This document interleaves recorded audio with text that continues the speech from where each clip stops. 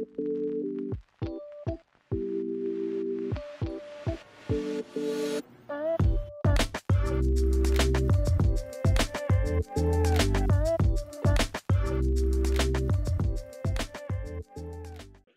semuanya, selamat datang di J-Talk Podcast episode ke-12.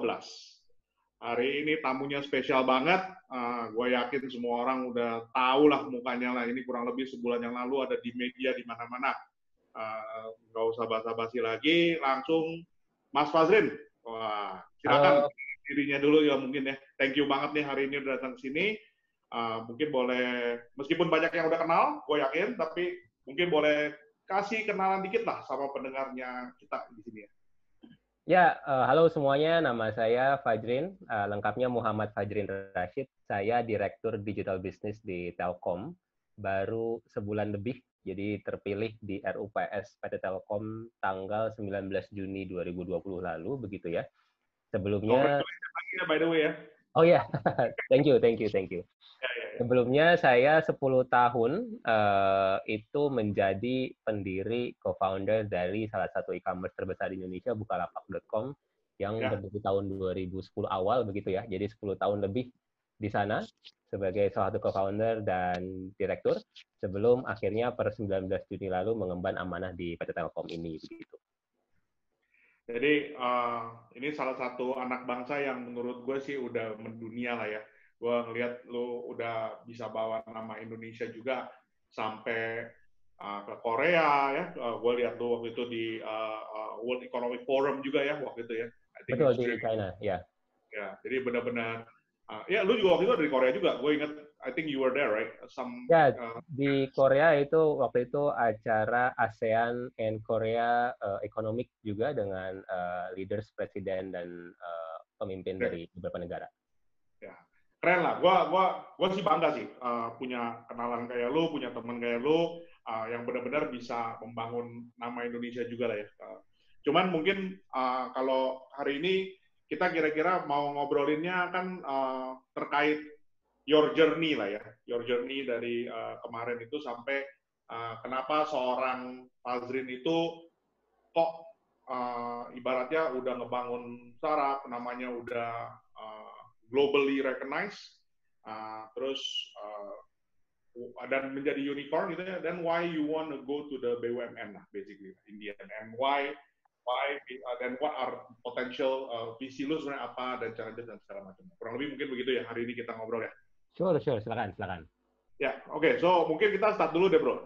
Dari waktu lu kuliah dulu, gue tahu lu kuliah di ITB. Betul ya? Jurusan Informatika, betul. Terus, boleh share dikit mungkin dari journey-nya dari waktu itu, terus gimana gitu, mungkin bisa share dikit, bro. Ya. Jadi dulu aku kuliah di ITB, di jurusan Informatika, begitu ya. Jadi memang dari awal itu punya background coding, software engineers, dan semacamnya. Kemudian lulus dari ITB itu sempat jadi konsultan di BCG, Boston Consulting Group. Nggak lama, 1,5 tahun kurang lebih begitu. Di sana jadinya lumayan belajar banyak soal strategi bisnis, manajemen, keuangan, dan lain sebagainya. Kemudian salah satu... Di Jakarta kan waktu itu kan lu kan? Betul, di Jakarta. Meskipun kantor di Asia Tenggara begitu ya. Jadi kadang-kadang juga kerja di Singapura, Malaysia, Thailand begitu. Sure.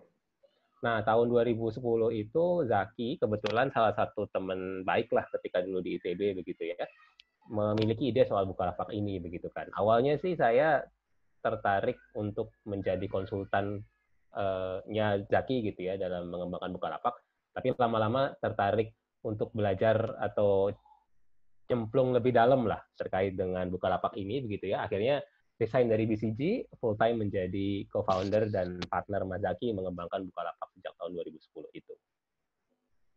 Terus bisa waktu itu kan kalau buat trace back ya 2010 ya, itu yang namanya Tokopedia lah, Gojek lah, apa segala macam itu belum ada lah. Masih ya mungkin kalau ada pun masih merintis di garasi lah modelnya lah ya. Itu Iya, masih kecil. Itu gimana waktu itu lo bisa sampai wah I believe in this and I said ya gue mau masuk dan gue mau jalanin gitu. Kan lu kan konsultan kan juga we know I mean your paid should be pretty well, lumayan ya dari sisi salary dan benefit. Lumayan lah. Ya, terus kan lu juga kan selalu kan secara intelektual kan selalu tertantang, gitu kan. Because I was a consultant juga sebenarnya kan. Jadi, cuman gimana gitu, kenapa lu bisa believe in that ya waktu itu?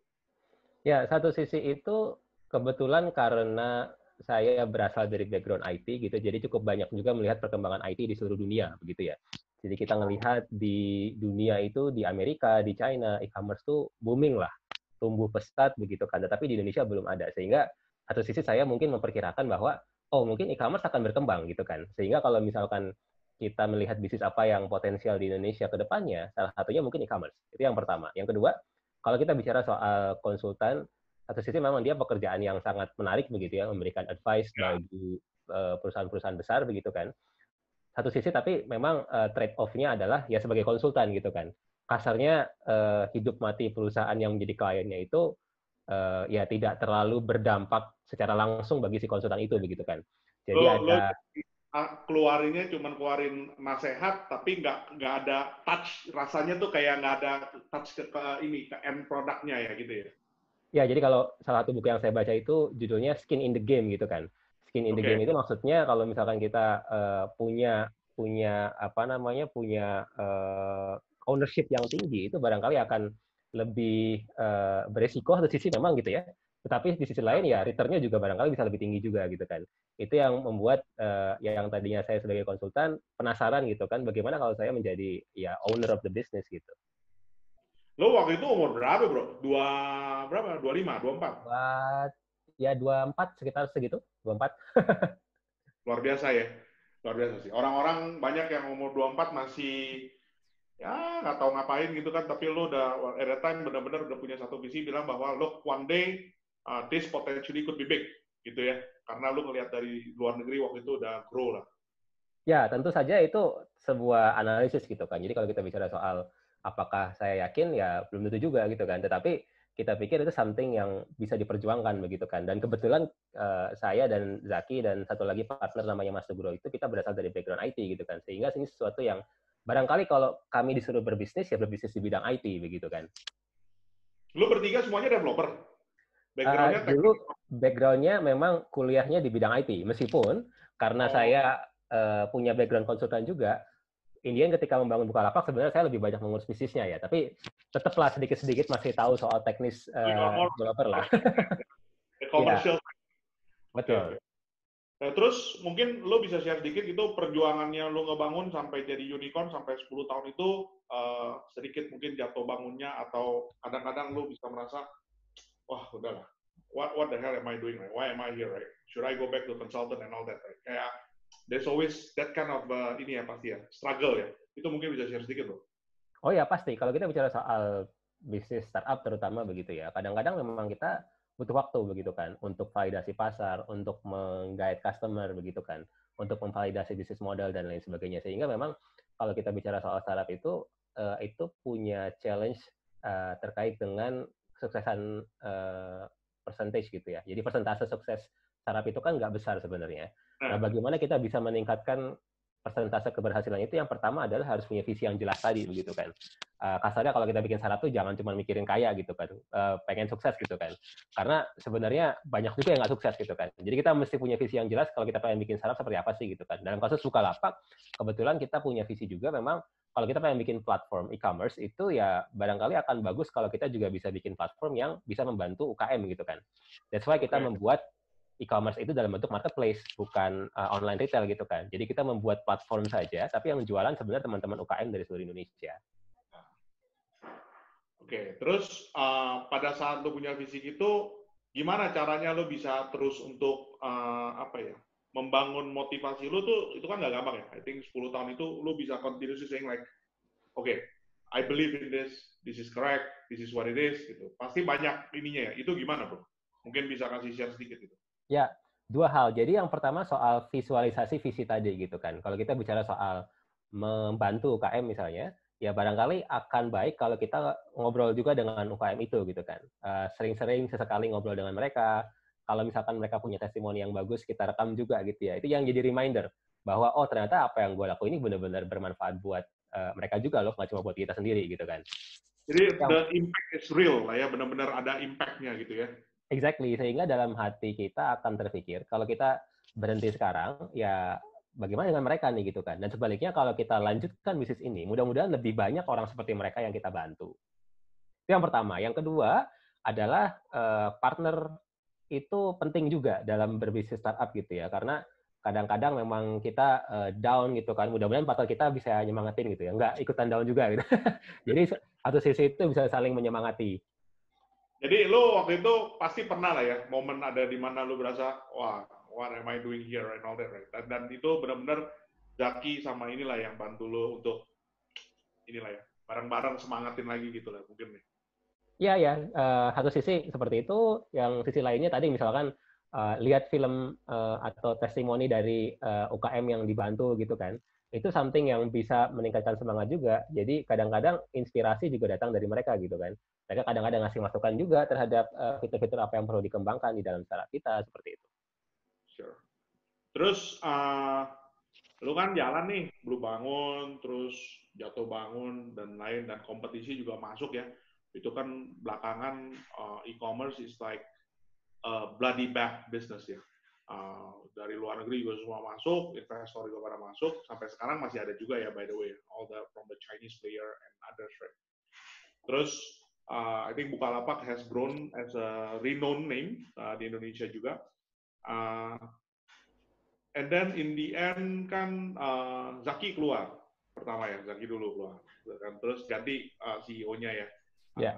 Terus habis itu nggak lama, I think like what couple of months later, lu sekarang masuk memimpin digital bisnisnya di Telkom, bukan Telkomsel lagi, Telkom ya, yang benar-benar notabene itu.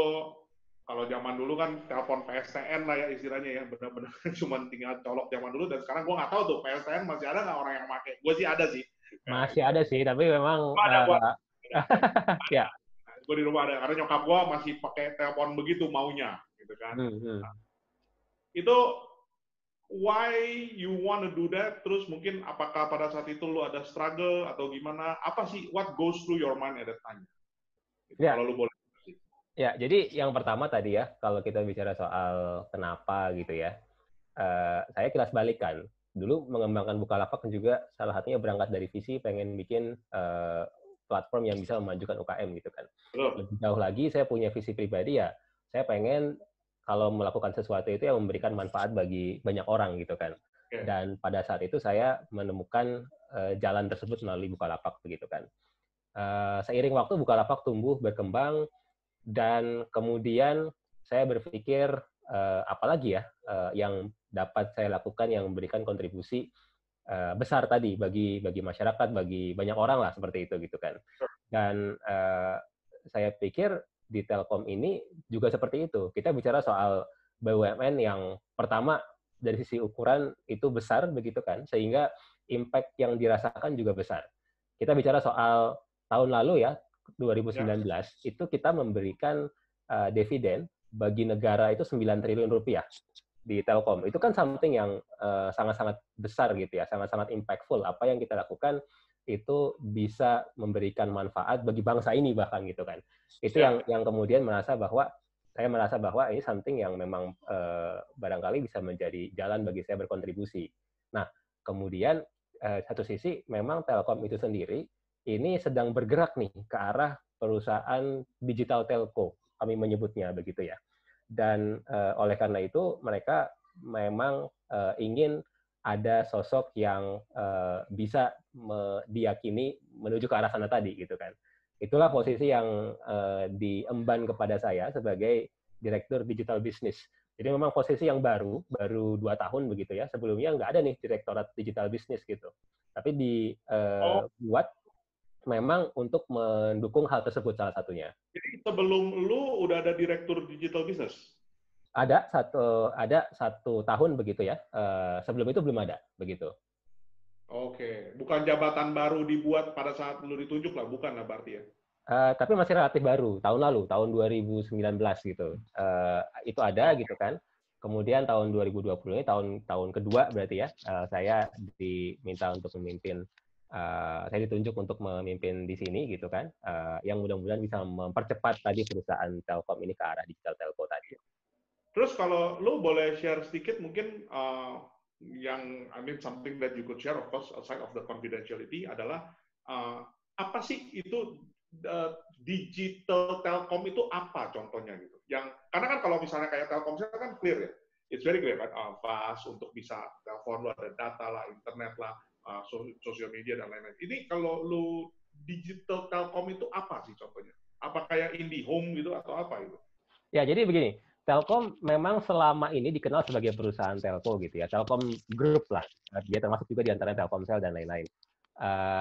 Dikenal sebagai perusahaan telco itu kalau kami menyebutnya perusahaan yang bergerak di bidang connectivity begitu ya. Kita bicara soal broadband atau 4G gitu ya, baik itu yang fixed line melalui IndiHome misalnya, atau yang melalui mobile, katakanlah melalui Telkomsel gitu kan. Itu connectivity. Belakangan kita sebut sebagai digital connectivity. Tapi kita melihat bahwa ke depan ini rasanya Telkom perlu juga main di atasnya. Atasnya itu apa? Atasnya digital connectivity itu adalah apa yang kami sebut sebagai digital platform. Digital platform ini sebagai contoh data center, cloud, big data, IoT dan semacamnya. Ini jadi yang lo kayak main kayak AWS gitulah ya, semacam kayak AWS. salah satunya itu data center dan lain-lain. Ini sebenarnya Telkom sudah bermain di sini, tetapi mungkin belum sekuat yang bawah tadi gitu ya, connectivity gitu kan. Nah, lebih jauh lagi di atasnya platform ada lagi digital service atau mungkin kita banyak yang menyebutnya sebagai OTT gitu. Nah, jadi salah satu peran yang diharapkan dari Direktorat Digital Business adalah untuk mempercepat akselerasi di atas tadi yang tengah, yang digital platform dan juga digital service. Oke. Nah, kalau kayak begitu tuh ilmu yang lu bawa dari Bukalapak itu relevan nggak sih untuk bisa ngebangun ke sini gitu? Dan mungkin apa contoh-contoh ilmu yang transportable ya? At least buat teman-teman juga, jadi mereka juga ngerti gitu kan. Oh, sometimes when you learn something, maybe it looks like it's so silo now gitu ya, sangat silo, tapi sebenarnya itu bisa sangat transportable dan transferable gitu. Mungkin lu bisa share sedikit ya? Ya, jadi kalau kita bicara soal startup, itu kan salah satunya kita berbicara soal solve customer problem begitu kan. Bagaimana membuat produk atau aplikasi yang bisa menyelesaikan masalah pengguna begitu kan. Ini yang menjadi salah satu core bisnis atau core values dari startup begitu kan. Sedangkan kalau kita bicara soal perusahaan telco yang tadi banyakkan bermain di infrastruktur atau konektivitas, itu biasanya bisnis model yang dihasilkan tuh lebih banyak mass market yang ya sudah begini adanya begitu kan. Dalam arti katakanlah fixed line, ya produknya begitu gitu kan. Kita mau exactly. Mungkin kita sesekali ada additional produk tapi ya jarang gitu kan. Karena ini memang bisnis infrastruktur begitu kan. Nah, sedangkan ketika tadi Telkom ingin bergerak ke atas, ke arah service, maka perlu untuk salah satunya memiliki pain points sebagai salah satu yang dikejar gitu kan. Tidak hanya membuat berdasarkan infrastruktur atau skill yang kita miliki, tapi berdasarkan apa sih kebutuhan pengguna begitu. Oke, so in principle basically consumer centric, consumer obsessed. Cari tahu apa yang ada di masalah di sana, and then you think solve the problem bukan berdasarkan internal capability gitu ya. Betul, salah satunya begitu. Again, sebenarnya di Telkom sudah ada seperti itu, tetapi ya barangkali mungkin bagaimana peran saya bisa mempercepat hal tersebut gitu ya, menjadi sesuatu yang itu benar-benar diimplementasi di seluruh grup begitu. Nah, tantangannya gimana tuh bro di dalam bro?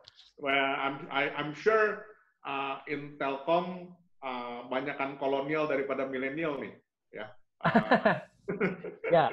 Dan seorang milenial yang datang gitu kan dari dunia startup yang biasa main gerabak gerubuk gitu ya, langsung duduk-duduk pokoknya very comfortable sama ambiguity, risk taker gitu kan, yang ayo hajar jalan gitu kan, yang penting jadi dulu, keluar produk udah prototype dulu, yang model begitu kan tuh mindsetnya ya. I'm sure you were like that before, karena gue juga pernah di startup juga modelnya gitu.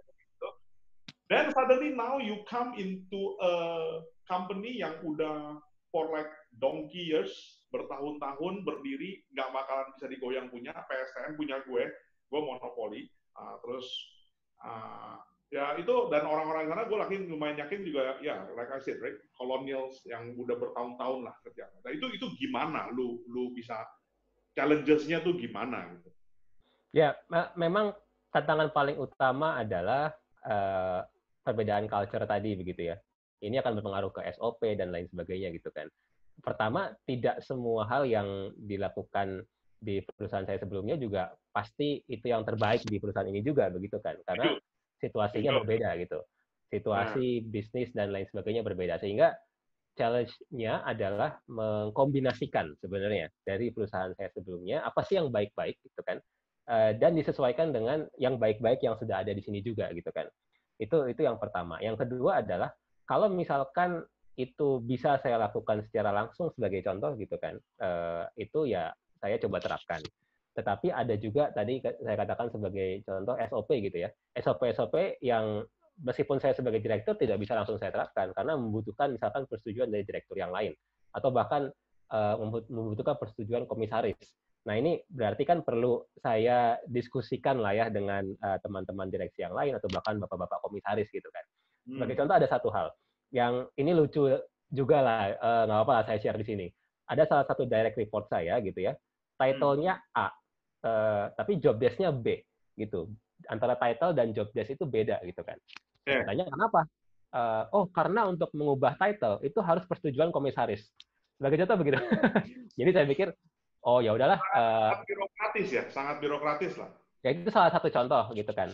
Tapi sebenarnya ada juga SOP-SOP lain yang lagi-lagi ternyata dari sisi Telkom sendiri itu memang sudah merasa penting untuk itu diubah begitu ya, sehingga sudah ketika saya masuk sudah ada peraturan terkait hal tersebut. Sebagai contoh begini, tribe dan squad itu kan sangat-sangat startup banget lah ya. Di Bukalapak dan beberapa startup atau unicorn lain setahu saya itu menerapkan konsep tribe dan squad.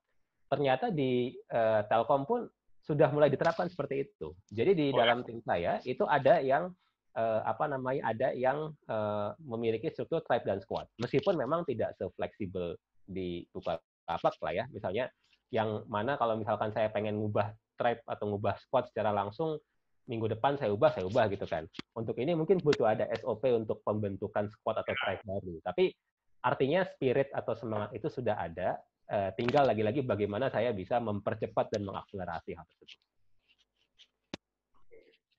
So, berarti kalau gue bilang, satu, lo nggak bisa copas lah. Lo nggak bisa copy paste lah ya. Jadi benar-benar lo ngelihat best practice dan mencoba membalance dan melihat bagaimana bisa jalanin lah ya. Terus yang kedua, basically kalau gue ngelihat berarti you need to get buy-ins dari stakeholders juga ya, to implement something different itu, karena kan kadang-kadang kan tergantung SOP-nya tuh, bisa dari direktur lain atau bisa sampai komisaris ya, tadi kayak lo bilang lah. So, need to get buy-ins and clear impact. If we were to do this, sebenarnya benefitnya apa, gitu ya? Kurang lebih begitu ya? Kalau betul. Jadi memang kita juga mesti menavigasi gitu kan, bagaimana di perusahaan yang besar sekali ini gitu ya. By the way ada 20.000 lebih karyawan termasuk anak perusahaan di dalam Telkom ini gitu kan. Departemen lu ada berapa bro? Kurang lebih bro? Di bawah saya itu 1.000 lebih. Jadi di bawah saya itu 1.000 lebih, ya. Belum termasuk anak perusahaan yang ada di bawah saya juga.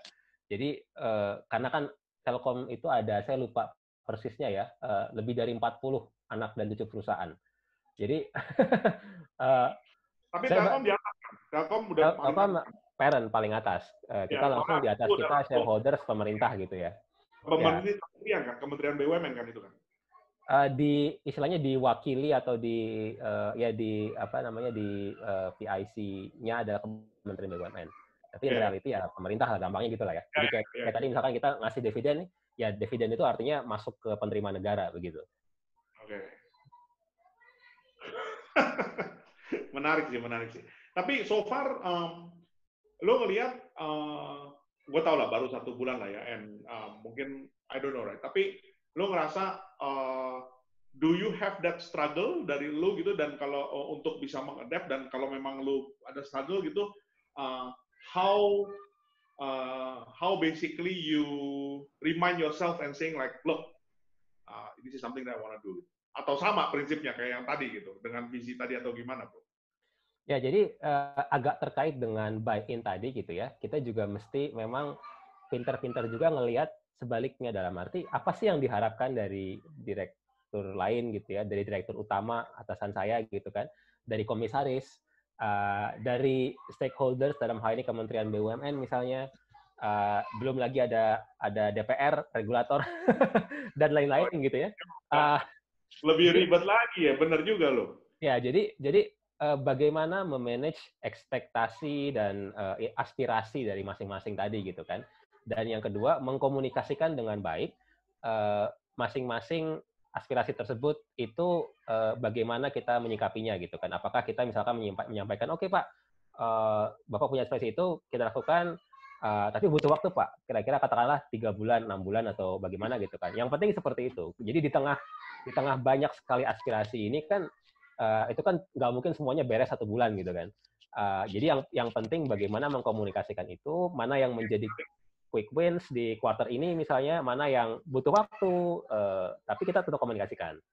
Ini menarik nih, karena kan lu kan background consultant juga, ya kan? Ya, Jadi a lot of times kalau gua reflect back maybe like your 10 years ago atau ya 10 years ago ya roughly lah ya, 10-12 years ago, konsultan itu kan selalu kayak dilihat apa the shining knight with the armors gitu kan ya.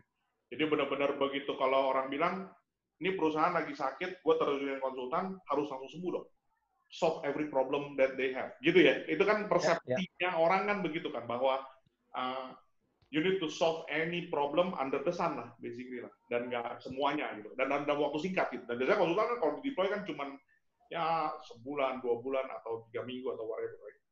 Nah, gua rasa, gua nggak tahu ya, correct me if I'm wrong. I sense mungkin orang juga akan ngelihatnya kan kayak gitu ya, karena kan seorang Fazrin 10 years in Bukalapak build a unicorn successfully dan membawa nama harum Indonesia, boom, jadi orang pertama milenial yang memimpin direktur di BUMN. Ya. Dan itu kontroversial. Makanya sampai kemarin kan ramai sekali ya, luar biasa gitu. Ada yang pro, ada yang kontra. That's okay. That's okay, right? Tapi pastikan pada saat hal itu terjadi, suddenly the expectations become very high. Suddenly lu akan dilihat seakan-akan kayak you are the shining knight now that is going to solve any problem gitu kan. Nah, itu benar nggak itu menjadi kendala dan bagaimana lu mencoba untuk ininya, menemani navigasinya gitu. Right.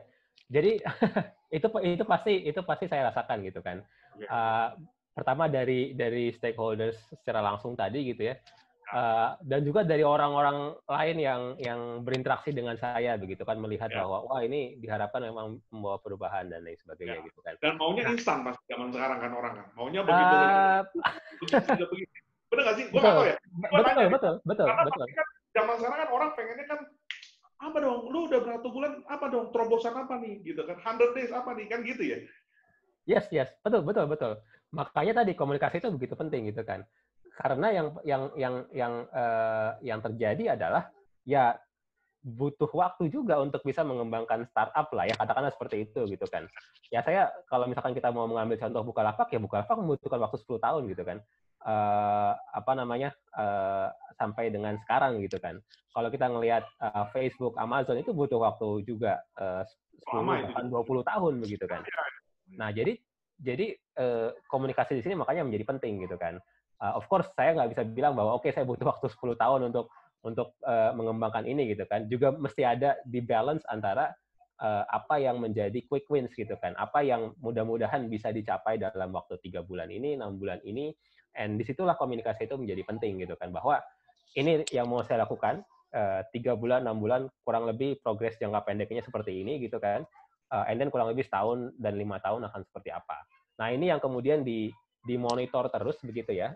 Saya coba implementasi OKR di sini gitu, Objective and Key Result, supaya apa yang saya dan tim saya lakukan, dan terutama seluruh inisiatif terkait dengan digital di dalam Telkom Group, itu bisa dimonitor dalam waktu cepat begitu kan, untuk kemudian kita ya mengimplementasikan perubahan-perubahan yang perlu dilakukan. That's interesting, right? Soalnya kan juga, I think the concept of that quick wins itu penting ya, bahwa supaya kayak orang mau diet ya, sama ya.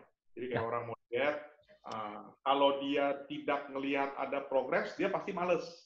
Tapi kalau dia monitor, misalnya sebulan, oh ternyata dia udah turun 4 kilo dan dia bisa ngelihat celana yang tadinya nggak muat jadi muat gitu misalnya. I think that's also build credibility, confidence, and moving forward, lu tahu bahwa ini arahnya udah benar dan kita jalannya udah benar, gitu ya? Kurang lebih begitu. Jadi kita nunjukin bahwa oke nih kita bikin suatu aplikasi misalnya gitu ya, atau bikin sebuah sistem gitu kan. Ya memang belum selevel, belum sebesar unicorn misalnya, tetapi pertumbuhannya itu ada gitu. Sehingga kalau kita konsisten maka dalam waktu sekian lama akan menjadi sebesar unicorn misalkan begitu. Seru sih. Juga terus tapi sekarang kalau kayak begini, I mean in your life ya, from your journey and all that, right? Do you have mentors yang selalu nge-guide lu? Terus apa mentor lu itu ganti-ganti? Terus or where do you get the source of the knowledge, atau gimana gitu? Terus gue juga, I mean, I know that we are friends in our Instagram juga ya. Gue juga ngeliat lu kan benar-benar avid runner ya, and seems like your self discipline is very very high, right, on that gitu ya. Bahkan sampai sekarang anak lu aja ikut lu ajak lari juga yang masih bocah gitu kan. Kadang-kadang. Kadang-kadang lah ya. Tapi it's good, right? It is instilling the healthy lifestyle gitu. Jadi mungkin lu bisa share sedikit about that mentorships, terus about siapa yang lu jadi mentor ganti-ganti dan bagaimana, sama inspiring lu dari mana, dan apa yang lu mungkin lakukan outside of that work yang lu ambil bisa jadi satu apa ya, you know what I mean, right? Satu pemikiran untuk di bisnis ini gitu, in the business world. Ya, jadi saya jadi saya banyak punya mentor gitu ya, tapi biasanya memang spesifik di bidang tertentu gitu. Jadi misalkan, oh saya butuh knowledge di bidang sales nih, siapa yang saya reach ya, seperti itu. Oh saya butuh knowledge di bidang HR nih, reach out ke siapa begitu kan. Sebagai contoh, ya kalau sekarang misalkan saya butuh advice terkait dengan Telkom, ya saya ke Pak Dirut gitu kan, Pak Ririk yang saya anggap sebagai mentor atau coach saya gitu kan di dalam memahami Telkom ini gitu, karena beliau udah dari Telkom dari sejak saya masih bayi mungkin. Jadi saya pernah ketemu sekali sama Pak Ririk sih, waktu saya masih kerja jadi konsultan. Beliau waktu itu masih di Telin di ini. Telin. Oh iya betul. Ya dia menang melintang lah di Telkom dan anak perusahaan. Nah, selain itu saya juga ya banyak emang membaca buku gitu ya. Biasanya paling sering saya baca buku itu di jalan. Jadi ya daripada sambil nunggu macet nggak ngapa-ngapain, baca buku lah gitu kan. Seperti itu. Dan yang 2-3 tahun terakhir saya lakukan itu ya lari gitu. Ini juga sama sarana buat saya sambil lari tuh bisa sambil entah dengerin musik, entah nonton film kalau larinya di treadmill gitu ya, atau sekedar berkontemplasi, misalkan kalau lagi lari di mana gitu kan, di daerah yang pinggir pantai mana-mana kan bisa sambil melihat dan mempelajari alam. Interesting. Lu bisa mungkin biasanya buku-buku apa bro yang lu suka baca tuh bro? Lumayan. Ya. Atau yang technical skill atau apa yang biasanya lu baca? Lumayan beragam ya, personal development itu lumayan sering gitu kan. Kemudian terkait dengan ekonomi, bisnis itu juga lumayan juga beberapa gitu ya. Kemudian terkait dengan specific things yang aku interest, contohnya 1 tahun terakhir aku interest dengan AI gitu ya, artificial intelligence, jadi lumayan banyak baca-baca terkait dengan itu, kayak yang Life 3.0, itu salah satu buku yang terkait dengan AI yang saya suka tuh. Dan ya lumayan banyak sih ilmu-ilmu lainnya. Kalau buat teman-teman misalnya yang tadinya mungkin nggak begitu hobi baca buku, atau mungkin misalnya yang bingung kalau mau baca buku itu mungkin baca yang mana gitu, what would be your misalnya top 3 atau top 5? Gue tahu sih lu banyak sih, lu udah baca 26 buku kayaknya tahun ini ya, I think, or something like that, right? Ya, sekitar segitu lah. Lupa juga.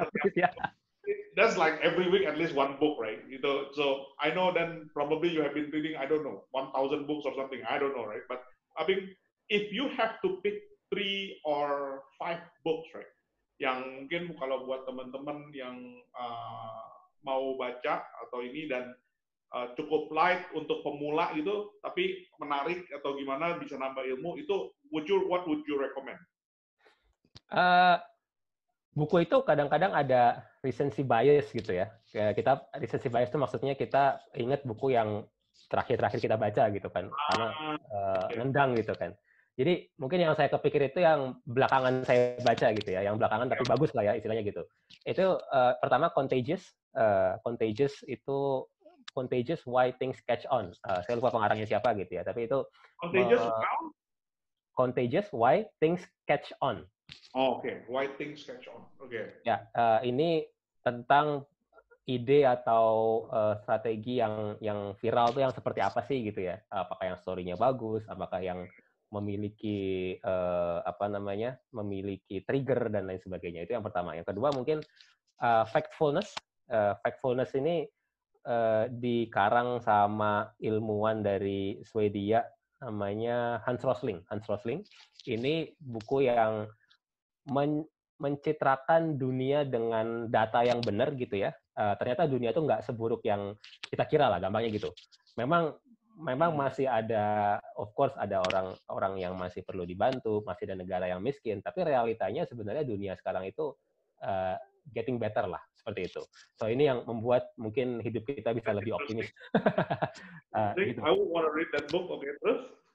Ya, contohnya satu hal yang di factfulness itu gitu ya, yang menarik adalah kalau kita ngelihat sebenarnya di seluruh dunia ini katakanlah gitu ya, berapa persen sih negara yang orangnya itu penduduknya lah ya itu berhasil sampai ke pendidikan tinggi gitu.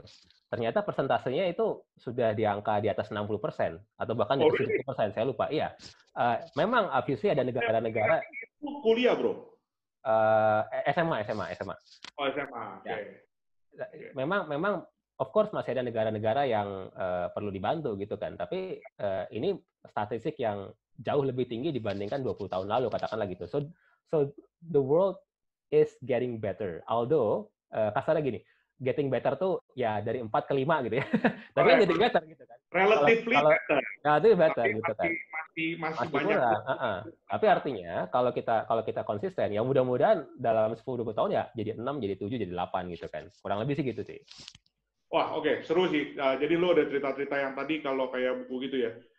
Sekarang mungkin gini bro, kembali ya, kalau kita ke sekarang lu kan di Telkom nih udah sebulan ya, terus lu punya 1.000 orang lah yang ada sekarang, belum termasuk anak usahanya dan segala macam.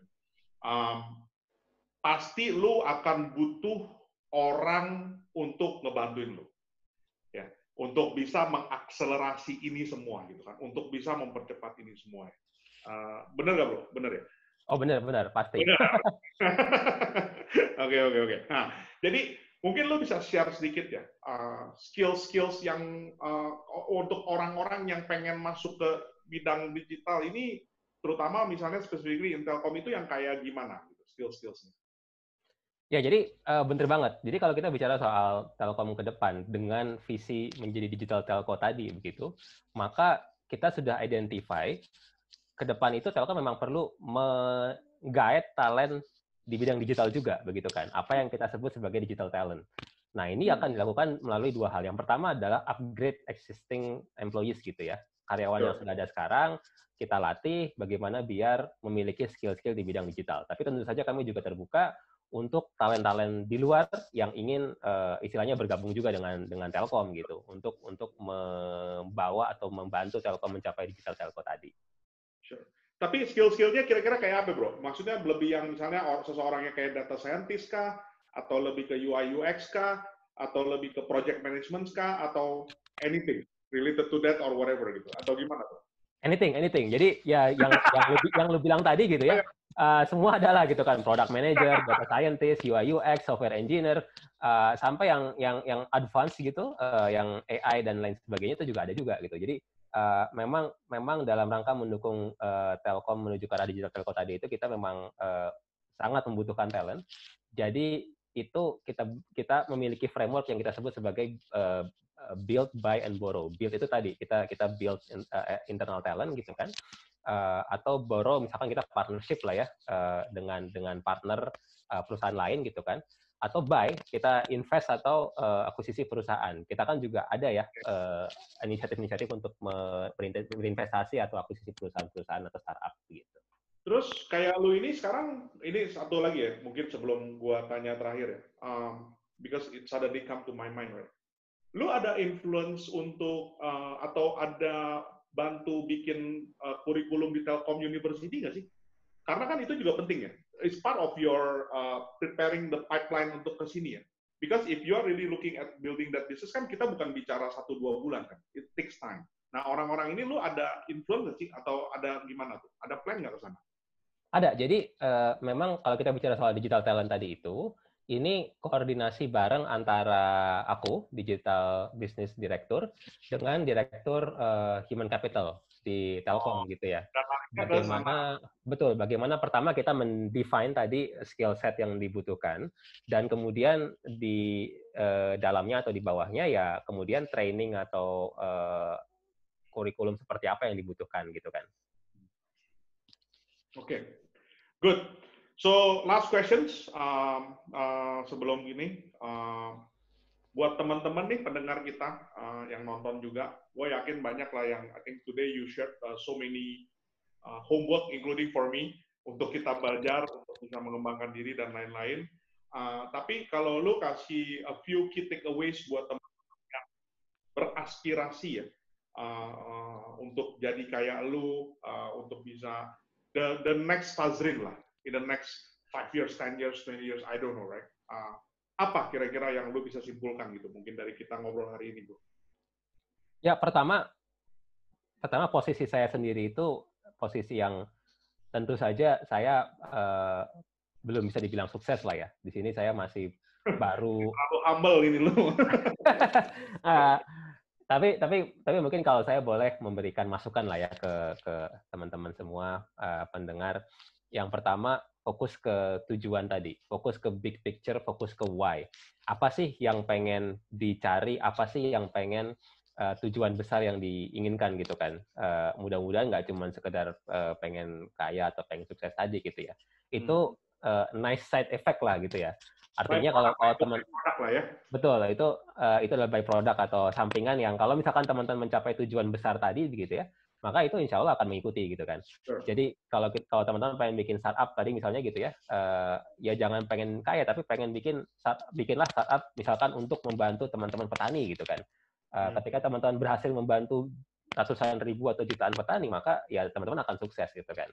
Itu yang saya berikan masukan, entah itu teman-teman yang berkarir di bidang mengembangkan startup atau bekerja pun nggak ada masalah gitu kan. Lagi-lagi bekerja, lihat tadi kan bagaimana big picture-nya, dan mudah-mudahan apa yang teman-teman kerjakan itu sedikit banyak berada di koridor atau jalan yang benar sesuai dengan visi tadi gitu kan. Nah dari situ be flexible. Artinya apa? Artinya kalau misalkan gini, teman-teman pengen jadi direktur Telkom nih gitu ya. Kemudian at some point of time teman-teman ditawari jadi direktur BUMN lain gitu kan, bukan Telkom misalnya gitu kan. Ya barangkali kalau misalkan itu masih dalam koridor ya terima saja gitu kan. Sure. Jangan terlalu kaku dengan tujuan yang diinginkan gitu ya, be flexible sepanjang itu sesuai dengan tujuan besar yang teman-teman inginkan tadi. Very wise. Thank you so much, Patrick. Gua really appreciate your time hari ini. Jadi buat teman-teman yang hari ini udah dengerin Mas Fazrin, saya kira ini satu sosok anak muda yang sangat inspiratif ya. Benar-benar sudah bisa mendobrak stigma bahwa millennials itu nggak bisa sukses karena masih muda dan lain-lain. Terus stigma untuk membangun e-commerce, dan visinya itu panjang ya. Dan hatinya sangat mulia ya. I think you are really inspiring me lah hari ini. Benar-benar bukan cuma mendengar aja, tapi to myself juga. Jadi tentunya gue ucapin congratulations dan sukses terus jadi di Telkom. Nanti kapan-kapan kita bisa catch up offline when the pandemic start to be ini. Dan pastinya juga semoga lo bisa bikin Telkom menjadi seksi untuk anak-anak muda yang mau masuk ke digital business-nya. Itu penting ya, karena kan... That's my homework. Kenapa? That's my homework. Benar. Ya, ya, brand kan itu kan notabene balik lagi brand lama versus yang mungkin startup-startup yang jauh lebih seksi kedengarannya gitu kan. I think that's your biggest homework, and I'm sure you will be able to do it. All the best buat itu. So, thank you sekali lagi. Buat teman-teman yang udah ngedengerin hari ini, terima kasih banget. Jangan lupa, nanti kita juga di episode berikutnya akan ada yang tamu-tamu yang lebih canggih, lebih keren, yang lebih inspiratif. Jadi, jangan lupa like, subscribe, dan juga komen di Jetok YouTube. Kita ada, Jetok Podcast, kita ada di YouTube, di IG, Anchor, dan juga di Spotify. Gitu aja, sampai ketemu lagi. Thank you so much guys. Bye. Thank you.